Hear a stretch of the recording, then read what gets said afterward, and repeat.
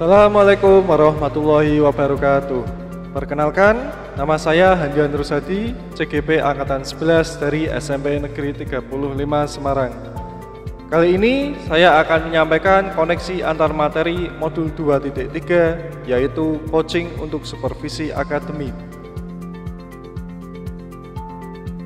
Pemikiran reflektif terkait pengalaman belajar.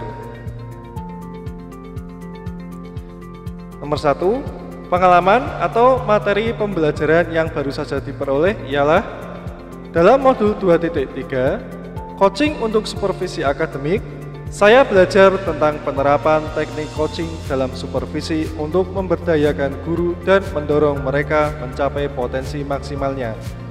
Pendekatan yang digunakan adalah coaching yang memiliki 3 prinsip utama, yaitu kemitraan, proses kreatif, dan memaksimalkan potensi.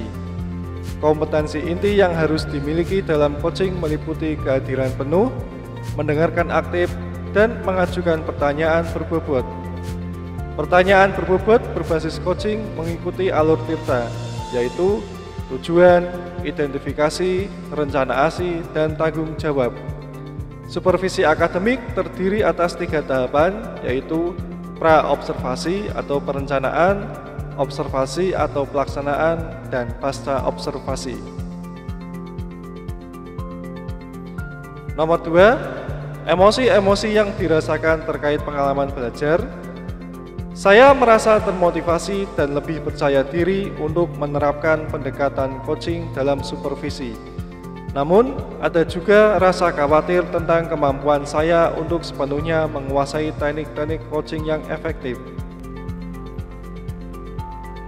Nomor 3, apa yang sudah baik berkaitan dengan keterlibatan dirinya dalam proses belajar. Saya telah berhasil menerapkan beberapa teknik coaching saat mempraktikannya dalam ruang kolaborasi. Namun, demonstrasi kontekstual dengan menggunakan alur Tirta dan prinsip coaching, baik saat saya berperan sebagai coach, coachee, ataupun sebagai pengamat atau observer. Nomor 4, apa yang perlu diperbaiki terkait dengan keterlibatan dirinya dalam proses belajar. Saya perlu meningkatkan kemampuan saya dalam merancang sesi coaching yang lebih terstruktur dan fokus sesuai alur Tirta. Terkadang, saya merasa percakapan coaching masih belum mencapai kedalaman yang diharapkan. Nomor 5, keterkaitan terhadap kompetensi dan kematangan diri pribadi. Materi ini sangat relevan dengan kompetensi saya sebagai pendidik dan pemimpin pembelajaran. Ini membantu saya lebih efektif dalam memberikan supervisi yang memperdayakan dan mendukung perkembangan profesional rekan-rekan guru. Analisis untuk implementasi dalam konteks CGP.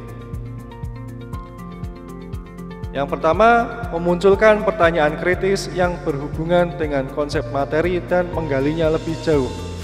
Bagaimana cara terbaik untuk mengintegrasikan teknik coaching ke dalam rutinitas supervisi akademik yang sudah ada? Cara terbaik untuk mengintegrasikan teknik coaching ke dalam rutinitas supervisi akademik yang sudah ada adalah dengan menggunakan alur Tirta dalam setiap sesi, mulai dengan percakapan pra-observasi untuk menetapkan tujuan, lakukan observasi dengan pendekatan non-judgmental, dan akhiri dengan percakapan pasca observasi untuk refleksi serta perencanaan tindakan perbaikan. Konsistensi dan keterlibatan guru di setiap tahap akan meningkatkan efektivitas supervisi.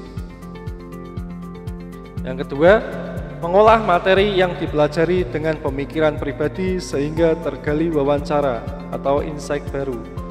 Saya mencoba mengolah materi yang dipelajari dengan menyesuaikannya dengan konteks sekolah saya.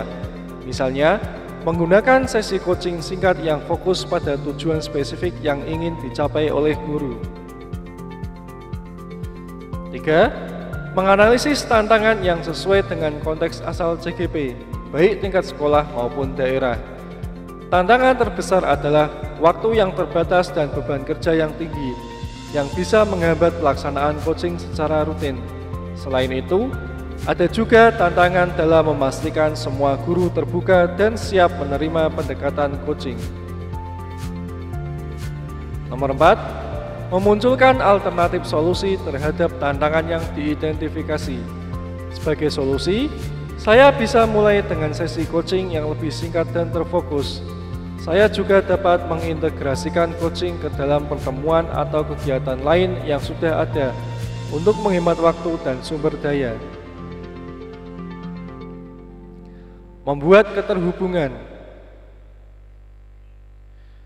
Yang pertama, pengalaman masa lalu. Saya pernah disupervisi oleh kepala sekolah, tetapi kegiatan tersebut hanya sekadar memenuhi kewajiban tanpa memahami makna supervisi yang sebenarnya. Supervisi akademik dilakukan hanya saat kepala sekolah atau pengawas mengobservasi kelas, tanpa kegiatan pra-observasi dan pasca-observasi, sehingga hasilnya hanya sebatas penilaian guru saja. Yang kedua, penerapan di masa mendatang. Harapan penerapan supervisi akademik di masa mendatang adalah agar proses ini dilakukan secara menyeluruh dan berkesinambungan. Ini termasuk tahap pra-observasi, observasi, dan pasca-observasi. Dengan pendekatan coaching yang berfokus pada kemitraan, proses kreatif, dan memaksimalkan potensi, diharapkan supervisi dapat memberikan dampak positif yang nyata bagi pengembangan kompetensi guru.